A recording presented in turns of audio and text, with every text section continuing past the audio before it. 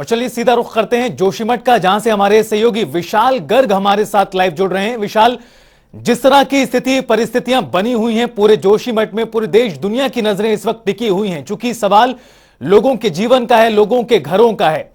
मौजूदा वक्त में सरकार की ओर से, प्रशासन की ओर से किस तरह से व्यवस्थाएं फौरी तौर पर की जा रही हैं ताकि लोगों का जो विस्थापन है वो ठीक तरीके से हो पाए? बिल्कुल, देखिए प्रशासन ने जोशीमठ में अपना डेरा डाला हुआ है और लगातार पल पल यहाँ पर लोगों के लिए सुविधा की जो चीज़ें हैं वो मुहैया कराते हुए भी नजर आ रहे हैं। डीएम चमोली भी हमारे साथ मौजूद हैं, इनसे हम सीधा बात करेंगे। सर, किस तरह की अभी व्यवस्थाएं कराई जा रही हैं, लोगों को उनके सर पे छत रहे, सर्दी के मौसम में उनको बचाया जा सके, किस तरह की व्यवस्था करा रहे हैं? देखिए, जोशीमठ में जो भूदशा की स्थिति अभी उत्पन्न हुई है, तो उसमें करीब 678 ऐसे भवन हैं जिसमें दरारें परिलक्षित हुई हैं। तो लगभग 81 परिवार हमने रिलीफ कैंप्स में शिफ्ट किए हैं। तो वो तमाम होटल्स हैं, धर्मशालाएं हैं और गेस्ट हाउसेज हैं। तो सभी जो रिलीफ मटेरियल है, चाहे ड्राई राशन किट्स हो और कुक्ड फूड हो और बेसिक यूटिलिटीज़, विद्युत आपूर्ति, जल, स्वच्छ जल, और ये सब हम हमको उपलब्ध करा रहे हैं। निरंतर हमारे जो सेक्टर अधिकारी हैं, प्रभारी अधिकारी हैं समस्त प्रत्येक रिलीफ शेल्टर के, तो वो निरीक्षण कर रहे हैं, तत्काल समस्या हमारे संज्ञान में ला रहे हैं। हम भी जो हमारे जनप्रतिनिधि हैं, वार्ड मेंबर्स हैं, नगर पालिका चेयरमैन हैं, उनसे निरंतर संपर्क में हैं कि कोई भी समस्या, कोई भी अगर कमी परिलक्षित हो रही है तो तत्काल उसका संज्ञान लेकर हम उसका निराकरण कर रहे हैं। अच्छा सर, सीएम साहब ने घोषणा की है कि 4,000 रुपये उन परिवारों को दिया जाएगा ताकि वो रेंट भर सके, तो आपकी ओर से किस तरह से वो व्यवस्था की जा रही है, कैसे कैसे उनको पैसा भेजा जा रहा है?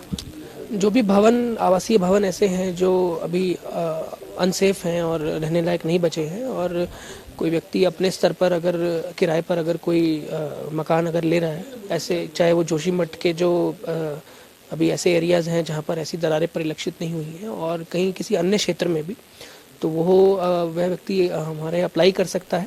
सभी सेक्टर ऑफिसर्स को जो हमारे अपने प्रत्येक वार्ड में हमने बनाए हैं, तो उनको हमने इसके बारे में सूचित किया। विशाल, एक सवाल जो यहाँ पर बेहद महत्वपूर्ण हो जाता है, मैं चाहता हूँ कि वो भी आप पूछें डीएम साहब से। सरकार 6 विशाल, आवाज आप तक पहुँच पा रही है? प्रति माह एक रेंट के लिए सहयोग के रूप में प्रदान करेगी। विशाल, सवाल ये भी यहाँ पर खड़ा होता है कि जो व्यवस्थाएं प्रशासन की ओर से की गई हैं, क्या लोग उसे स्वीकार कर रहे हैं? चूंकि जिस तरह से जानकारी खुद दी गई, करीबन 678 मकान ऐसे हैं जिसमें दरारें पड़ी हैं, लेकिन मौजूदा वक्त में 81 परिवारों को रिलीफ सेंटर में विस्थापित किया गया है। क्या व्यवस्थाएं पूरी तरह से की गई हैं? सवाल ये भी बेहद महत्वपूर्ण है। बिल्कुल सर। सर, क्या लोगों को जिनको सुविधाएं दी जा रही हैं, क्या वो आपकी चीज़ों से संतुष्ट नज़र आ रहे हैं? क्या किस तरह की वो आपसे बातचीत कर रहे हैं या फिर किस तरह की परेशानियां आपको अवगत करा रहे हैं? देखिए, आपदा का समय है तो लोग थोड़े डरे भी हुए हैं, तो बात संतुष्टि की नहीं है। बात यह है कि हम कितनी ज़्यादा हम लोगों के लिए मदद कर सकते हैं, कितने ज़्यादा से ज़्यादा हम उनकी जो अभी एक कठिन समय से लोग गुजर रहे हैं, जिनको अपने घरों को छोड़ना पड़ रहा है, कितना ज़्यादा से ज़्यादा हम उनके लिए उनकी मदद कर सकते हैं, उनको रिलीफ मटेरियल प्रोवाइड कर सकते हैं, तो वो हम पूर्ण तरीके से कर रहे हैं। और कहीं पर अभी मैं खुद भी उसमें लगातार निरीक्षण कर रहा हूँ, लोगों से बात भी कर रहा हूँ। तो कहीं अगर ऐसा लग रहा है कि कोई अगर कमी है, कहीं पर भी इस तरह की कोई चीज़ संज्ञान में आ रही है, तो तत्काल हम उसका निराकरण कर रहे हैं। सर, अभी अगर मैं टीम की बात करूं कि कौन कौन सी टीम अभी यहाँ पर तैनात है, किनको लगाया गया है और किस तरह की और आगे की आप रणनीति तय कर रहे हैं? देखिए, एक भारत सरकार से भी यहाँ पर कुछ टीम्स या तो आ रही हैं या फिर आ चुकी हैं। जल शक्ति मंत्रालय ने एक टीम का गठन किया, तो वो अभी जोशीमठ में उन्होंने हाल ही में अभी आए हैं वो लोग। तो कल अपना जो जांच उनका दल है वो अपने स्तर से जांच करेंगे, हमारे से भी वार्ता करेंगे। एक गृह मंत्रालय की टीम भी कल यहाँ पर आ रही है, तो उनसे भी हमारी इस संबंध में जोशीमठ की जो अभी स्थिति है उस संबंध में वार्ता होगी। एक जो ऐसे बिल्डिंग्स हैं जो अभी अनसेफ हैं और या रहने लायक नहीं बची हैं, तो और आसपास के लोगों की सेफ्टी के लिए और जो आसपास में लोग रहते हैं उनकी सुरक्षा को देखते हुए जो ऐसी बिल्डिंग्स डिमोलिश की जानी है, जिनको हटाया जाना है, तो उसमें central building research institute Roorkee में तो उनकी एक टीम आज आई थी, वो कल फिर आ रहे हैं। तो उनकी सलाह से और उनकी सुपरविजन में इन बिल्डिंग्स को सेफली और साइंटिफिकली हम आइडेंटिफाई करके हम उनको साइंटिफिकली डिमोलिश करें, तो उसमें भी हम कार्रवाई कर रहे हैं। सर, कुछ निर्माण कार्यों पर भी रोक लगाई गई? विशाल, मैं लौटूंगा आपके पास, आप बने रहिए हमारे साथ। इस बीच ब्रिजेश ब्रिजेश सेठी जी हमारे साथ जुड़ गए हैं, ज्योतिर्मठ के मीडिया प्रभारी हैं। ब्रिजेश सेठी जी, जिस तरह से अभी परिस्थितियां बनी हुई हैं पूरे जोशीमठ क्षेत्र में, करीबन 700 मकान ऐसे हैं जहां पर दरारें पड़ी हुई हैं। हालांकि शासन प्रशासन दावा कर रहा है कि जो व्यवस्थाएं हैं, जो पुख्ता तौर पर अभी फौरी तौर पर राहत जो जिस तरह से दी जा सकती है तमाम लोगों को, वो उनकी ओर से की जा रही है, ऐसा दावा लगातार प्रशासन कर रहा है। लेकिन आप इस पूरी समस्या को किस तरह से देख रहे हैं? चूंकि कोई पहली दफा नहीं है जब इस तरह से मकानों में दरार पड़ी हो, काफी लंबे समय से ये समस्या बनी हुई थी और अब कहीं ना कहीं जो व्यवस्थाएं हैं, जो परेशानियां विकराल रूप लेती नजर आ रही हैं। लगता है उनका संपर्क टूट गया हमारे साथ, लेकिन दोबारा कोशिश करेंगे जुड़ने की। विशाल लगातार हमारे साथ बने हुए। विशाल, जिस तरह से डीएम जानकारी दे रहे हैं कि करीबन 68 परिवारों को विस्थापित किया जा चुका है, बाकी घरों का क्या है? क्या वो जिस मकान में रह रहे हैं क्या वो रहने लायक हैं, या फिर उनको विस्थापित करने की भी जो प्रक्रिया है वो कब तक पूरी की जाएगी? देखिए, अभी जिन मकानों में ज़्यादा लंबी दरारें आई हैं या फिर ज़्यादा वो रहने के पर्पज से अब ठीक नहीं है, सेफ नहीं है, तो ऐसे मकानों में से लोगों को निकाला गया है। लगभग 68 परिवारों को जो है वो शिफ्ट किया गया है। लेकिन अगर ऐसे में जो ज़्यादा दिक्कत अगर लोगों को आती है तो उनके लिए भी व्यवस्था समुचित की जाएगी, ऐसा डीएम चमोली का कहना है। और साफ तौर पर जिस तरह से देखिए, पूरा यहाँ पर प्रशासन और मंत्री से लेकर के, विधायक से लेकर के, सांसद से लेकर के तमाम यहाँ पर लोग जो हैं वो भी अपनी नजरें बनाए हुए हैं, पल पल यहाँ पर पहुंच रहे हैं, यहाँ की स्थिति का जायजा ले रहे हैं और यहाँ के लोगों को राहत देने की जो काम है वो करते हुए नजर आ रहे हैं। देखिए, जिस तरह से हमने डीएम चमोली से सवाल पूछा कि जो पेमेंट है, जो मुख्यमंत्री ने कहा है कि कुछ राहत लोगों तक दी जाए, क्योंकि कुछ लोग ऐसे हैं जिनके सर के ऊपर छत नहीं है, जिनके मकान ज्यादा क्षतिग्रस्त हो गए हैं और अब वो उन मकानों में नहीं रह सकते। तो डीएम चमोली ने कहा है कि उनको भी जल्द से जल्द वो जो राहत राशि है वो पहुंचाई जाएगी, ताकि वो अपना रहना आराम से कर सके, क्योंकि सर्द का काफी मौसम है। और इस समय चमोली की अगर मैं बात करूं तो काफी सर्द रातें यहाँ पर हो रही है और काफी जो वेदर है वो लगातार टेम्परेचर जो है वो काफी डाउन देखने को नजर आ रहा है। बिल्कुल विशाल, जिस तरह से ठंड का मौसम है, काफी ज्यादा तापमान गिरा हुआ है और ऊपर से ये समस्या, निश्चित तौर पर जो परेशानियां वो लोगों की बढ़ गई हैं। बने रहिए आप हमारे साथ। ज्योतिर्मठ मीडिया प्रभारी ब्रिजेश सेठी जी इस बीच हमारे साथ जुड़ गए। ब्रिजेश सेठी जी, जिस तरह से समस्याएं जो पूरे जोशीमठ क्षेत्र में बनी हुई हैं, लोग काफी ज्यादा परेशान हैं। इस समस्या को सबसे पहले आप किस तरह से देख रहे हैं? क्या कुछ प्रयास आप लोगों की ओर से भी किए जा रहे हैं ताकि लोगों की जो समस्याएं हैं उसको किसी प्रकार से कम किया जा सके? देखिए, मैं अपना नाम पहले संशोधित कर दूं। मेरा नाम डॉक्टर ब्रिजेश सेठी है और मैं आपके चैनल के माध्यम से सब लोगों को ये बताना चाहता हूं कि ज्योतिर्मठ की ओर से ज्योतिष पीठ के शंकराचार्य स्वामी अभिमुक्तेश्वरानंद सरस्वती जी महाराज 2 दिनों तक जो है अपने सारे कार्यक्रम जो उनके देश के विभिन्न क्षेत्रों में थे उसको छोड़ते हुए, उसको उन्होंने स्थगित करते हुए वो जोशीमठ पहुंचे और 2 दिनों तक उन्होंने पूरे नगर क्षेत्र में जहां जहां आपदा आई है और पीड़ित परिवार हैं उन प्रत्येक व्यक्ति से उन्होंने मिले और वहां से फीडबैक ली और उसके बाद जो है वो अभी वापस हरिद्वार की ओर निकल गए हैं। तो ज्योतिष पीठ के शंकराचार्य जी ने अभी कुछ देर पहले शाम को राज्य के मुख्यमंत्री पुष्कर सिंह धामी जी से भी दूरभाष पर वार्ता की और उन्होंने वहां की स्थिति से उनको बताया और मुख्यमंत्री ने भी उनको बताया कि राज्य सरकार की ओर से क्या क्या कदम उठाए जा रहे हैं।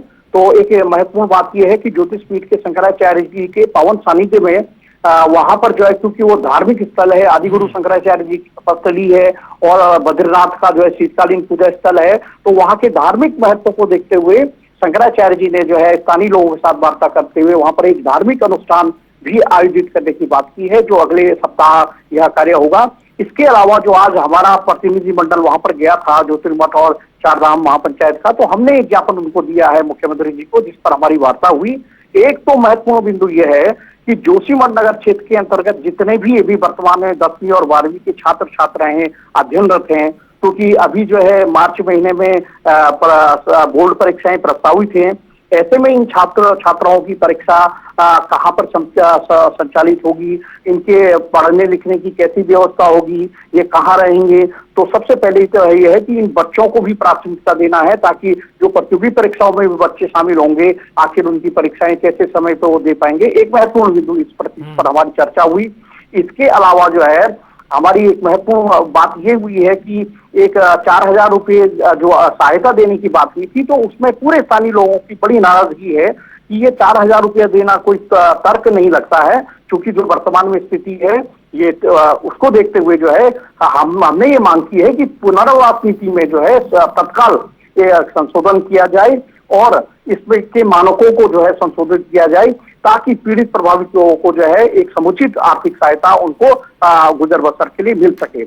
इसके अलावा कुछ ऐसी व्यवस्था राहत केंद्रों पे है। कल रात भी वहां पर जो राहत केंद्रों में लोग रह रहे थे उनको वहां पर भोजन नहीं मिल पाया था। फिर उन्होंने जो है वहां पर कल विरोध प्रदर्शन भी किया। तो हमने मुख्यमंत्री जी से ये कहा है कि जहां पर जो लोग रह रहे हैं, क्योंकि छोटे बच्चे भी हैं, छोटे बच्चों को दूध की भी जरूरत पड़ेगी, तो उस सबको देखते हुए जो है जहां वो लोग रह रहे हैं जिस भी स्थिति में, तो उनको जो है वहीं पर भोजन की व्यवस्था दे दी जाए, तो इस ठंड में उनको राहत मिलेगी। इसके अलावा वहां की जो एसडीएम हैं उनका भी जो व्यवहार सही नहीं रहा है और इस पूरी आपदा में जो है प्रशासनिक लापरवाही रही है। तो जो भी प्रशासनिक लापरवाही जिन अधिकारियों की रही है उनके खिलाफ जो है उचित कार्रवाई अमल में लाई जाए।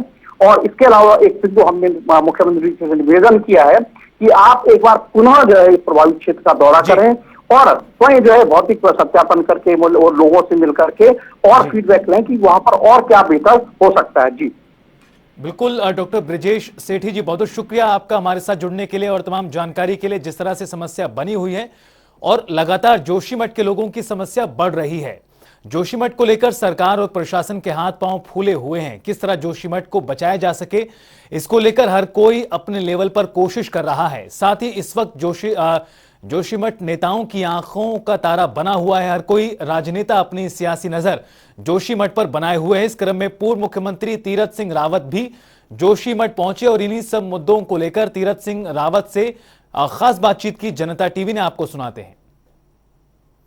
लोकसभा सांसद तीरथ सिंह रावत जी हमारे साथ हैं। सर, आप यहाँ पर पहुंचे हैं, किस तरह की चीजें लोगों आपके सामने शेयर कर रहे हैं? देखिए, मैं अभी जब से पूरे प्रभावित क्षेत्रों में गया हूँ, मैं उन घरों में भी गया हूँ जहाँ ये आपदा आई है, उन लोगों से पीड़ितों से भी मिला हूँ और लास्ट में जहाँ कैंप में वो लोग रह रहे हैं उनसे मिला, पूछा कि आपको राहत मिल रहा है कि नहीं मिल रहा है, आपको सुविधाएं दे रहे नहीं दे रहे हैं, खाना आ रहा नहीं आ रहा। इवन कि स्वास्थ्य विभाग की टीम से भी मैं मिला तो जा रहे थे, वो कह रहे हम सुबह भी आते हैं शाम को भी आते हैं। ऐसा अपडेट पूरी तरह मैंने लिया है। मैं ये कहूँ कि शासन प्रशासन लगा पूरी तरह से, जब ये विषय है उसी समय से शासन प्रशासन पूरी तरह लगा हुआ है, जुटा हुआ है। प्रदेश सरकार पूरी तरह जुटी हुई है, शासन यहाँ पे है, डीएम सचिव सारे लोग कैंप किए हुए हैं और यही तो मुख्यमंत्री भी समीक्षा लिए। माननीय प्रधानमंत्री मोदी जी उसी दिन से पूरी तरह अपडेट ले रहे हैं और यही नहीं तो केंद्र सरकार की तरफ से एक टीम गठित हुई है, 2-3 दिनों के अंदर वो भी आएगी। पैसा बजट फंडिंग की कोई कमी नहीं है, वो दिया जा रहा है। लेकिन अभी केवल मेरा मात्र इतना कहना है कि राहत देना और उन प्रभावित लोगों के साथ हमें खड़ा होना, कैसे उनको ढाढ़स बनाएं और इससे उभरे और उनको डेली जो भी व्यवस्था देनी चाहिए वो देना, वो हो रहा है। मैं कैंपों में गया, पूछा मैंने, और इसके लिए राजनीति जो लोग कर रहे हैं, मुझे लगता है कि ऐसे समय पे राजनीति करना ये ठीक नहीं है। ऐसे समय शासन प्रशासन के साथ खड़ा होना, यही नहीं तो जो लोग प्रभावित है उनके साथ में खड़ा होना, उस क्षेत्र में घूम कर देखें, एक जगह बैठ के ये सारा बोल देना कि साहब समय पे तब कहाँ थे वो लोग, क्या एनटीपीसी आज बनी है क्या? तब हरीश रावत मुख्यमंत्री थे तब नहीं देखा उन्होंने ये बात? नारायण तिवारी उत्तर प्रदेश के समय मुख्यमंत्री थे तब नहीं देखा उन्होंने ये कि क्या हो रहा है क्या नहीं हो रहा है? अरे हमने तो जब से आए तब से हमने कहीं भी कोई बात हुई है, घटनाएं हुई, तत्काल संभाला है। केदारनाथ की घटना भूल गए क्या हरीश रावत जी? तब कौन लोग थे? तब तो मैं मोदी जी गुजरात के मुख्यमंत्री होने के बाद भी 3 दिन रहे मैं प्रदेश अध्यक्ष था और हमारा हेलीकॉप्टर नहीं उतरने दिया। हमने जोशीमठ उतारना चाहा, हमने केदारनाथ उतारना चाहा, हमने यही नहीं तो धारचूला उतारना चाहा। मेरे समय 5 महीने तय किया था स्थान उतारने के लिए, इन्होंने उसकी परमिशन नहीं दी। लेकिन मोदी जी उन कैंपों में गए और लोगों ने मोदी जी का वाह किया। मोदी जी जब उसके बाद गए वापस मुख्यमंत्री गुजरात के, तो उन्होंने 22 बोगियां ट्रेन की 46 आइटम भेजे हर लोगों प्रभावितों के क्षेत्र में। तब कांग्रेस की सरकार थी, क्या मालूम नहीं उनको? और ये देखते रहे, ये आज भी वो विस्थापित लोगों को संभाले, हमने उनको संभाला है, उनको व्यवस्था बनाई है, उसको आज भी हम लोग झेल रहे हैं। ये तो सारा खड़ा करके चले जाते हैं, कहाँ झेलते हैं? तो ये और यही कारण है कि आज देश के अंदर से जो भी है कांग्रेस पूरी तरह जो उसका हाल है सब देख रहे हैं, केवल राजनीति। तो इससे राजनीति से ऊपर उठो भाई, हम कहते हैं छोड़ दो कांग्रेस, भाजपा, सपा, बसपा, ये अन्य फन्य सब चीजें, आ जाओ खड़े हो जाओ सहायता में मदद करने के लिए प्रभावितों का। अच्छा सर, क्या कुछ कारणों का पता चल पाया है कि किस वजह से ऐसा हुआ? देखिए अभी मैंने कहा भूगर्भीय दल ये भी आ रहा है, केंद्र की टीम आ रही है, सारा यहाँ सर्वे चल रहा है, जांच हो रही है, क्या कारण है उन कारणों पे जाएंगे तब बता पाएंगे। अभी केवल कह देना कि साहब इसे इसका कई लोग अलग अलग तथ्य है ना, कोई ये कह रहा कोई ये कह रहा, किसकी माने भैया? तो मानेंगे वही जो वैज्ञानिक लोग सर्वे करेंगे और जो भूगर्भीय आदि जब वो रिपोर्ट आएगी तब तथ्य पे जाएंगे, तब उस वक्त तब इसका ट्रीटमेंट पूरी तरह से मजबूती के साथ में किया जाएगा और जो प्रभावित है उनको अभी तो अस्थायी, बाद में अस्थायी व्यवस्था दी जाएगी, उसके लिए हमारा प्रयास है, चल रहा सब। सर, जनता टीवी से बात करने के लिए तीरथ सिंह रावत जी हमारे साथ है, जो कि पीड़ितों से मिल रहे थे, जो लोग जिनके घरों में दरार आ रही है उनसे वो बातचीत भी कर रहे थे। जनता टीवी से विशाल गर्ग, जोशीमठ।